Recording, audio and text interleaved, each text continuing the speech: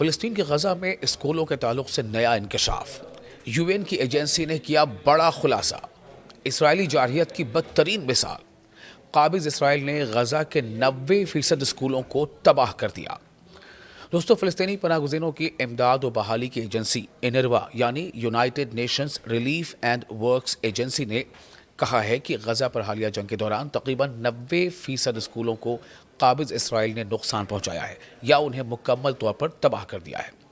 انروا یعنی United nations relief and works agency نے جمعرات کے روز ایکس پلیٹ فارم پر بتایا کہ غزہ میں اس کے جو اسکول اب بھی اپنی جگہ قائم ہیں وہ اب پناہ گاہوں میں تبدیل ہو چکے ہیں۔ ایجنسی نے وضاحت کی ہے کہ اب بچوں کو انروا کی ٹیموں کی جانب سے عارضی تعلیمی مراکز میں یا ڈیجیٹل لرننگ کے ذریعے تعلیم دی جا رہی ہے۔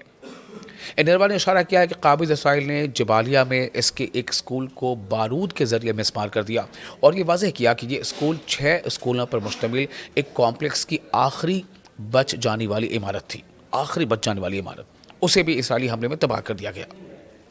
پھر سب کو بتا دیں کہ یونروا یعنی کہ United nations relief and works agency جو اقوام متحدہ یعنی سنیکت راشٹر سنگھ کی ایجنسی ہے۔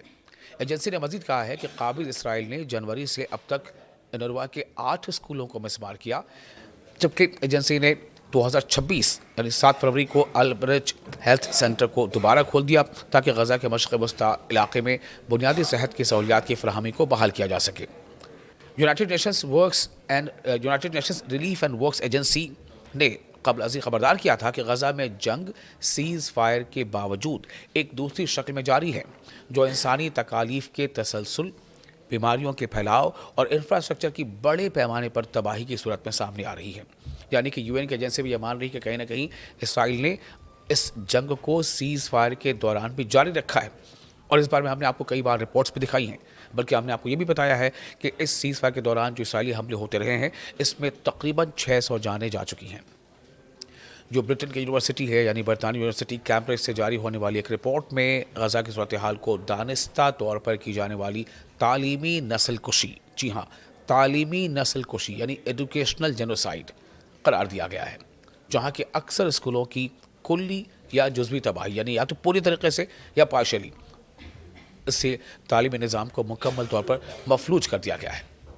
رپورٹ میں یہ نتیجہ اخذ کیا گیا ہے کہ یہ منظم حملے محض جنگ کے ضمنی اثرات نہیں ہیں، بلکہ یہ نوجوانوں کو ترقی کے بنیادی ذریعے یعنی علم سے محروم کر کے فلسطینی قومی شناخت کے مستقبل کو نشانہ بنانے کی ایک مذموم کوشش ہے، یعنی ایک ایسی کوشش ہے جس کی ہر سو مذمت کی جا رہی ہے، اور یہ بات خود یونائٹڈ نیشنز کی ایجنسی کے حوالے سے سامنے آ رہی ہے۔